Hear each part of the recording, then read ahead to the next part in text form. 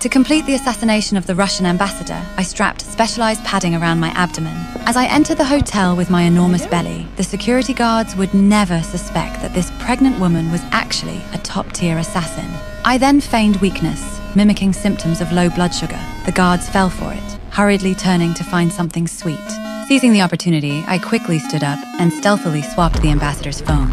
In just moments, the electromagnetic pulse device inside would activate, causing cardiac arrest. A security guard approached me, but I remained calm. As expected, he merely handed me a drink. After all, who would suspect a frail pregnant woman? The hotel lobby had descended into chaos, yet I walked composedly toward the elevator. Just as the doors were about to close, a guard suddenly rushed in to call for backup downstairs, but then he turned and looked at me warily.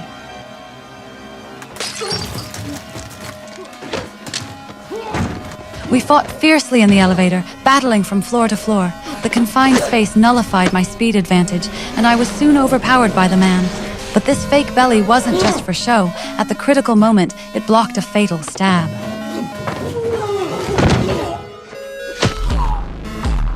The commotion in the elevator was too loud. I could no longer slip away unnoticed. I grabbed the guard's gun and burst out of the elevator. Bullets whistled past, but none found their mark. The organization had already arranged an escape route. I just needed to reach the ground floor via the employee stairwell to make a clean getaway. But to shake off my pursuers, I changed routes on the fly.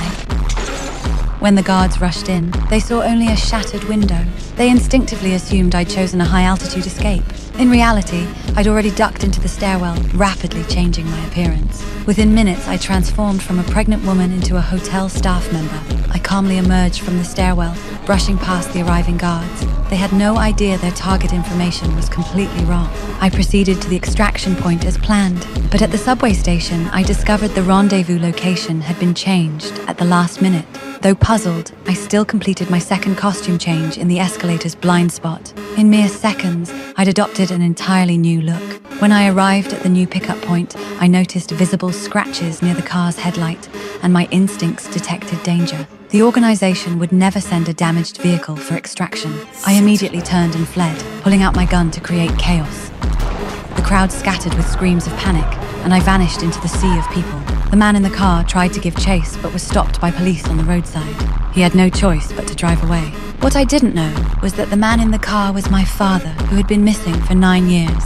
He only wanted to see me once, to tell me the hidden truth behind the organization.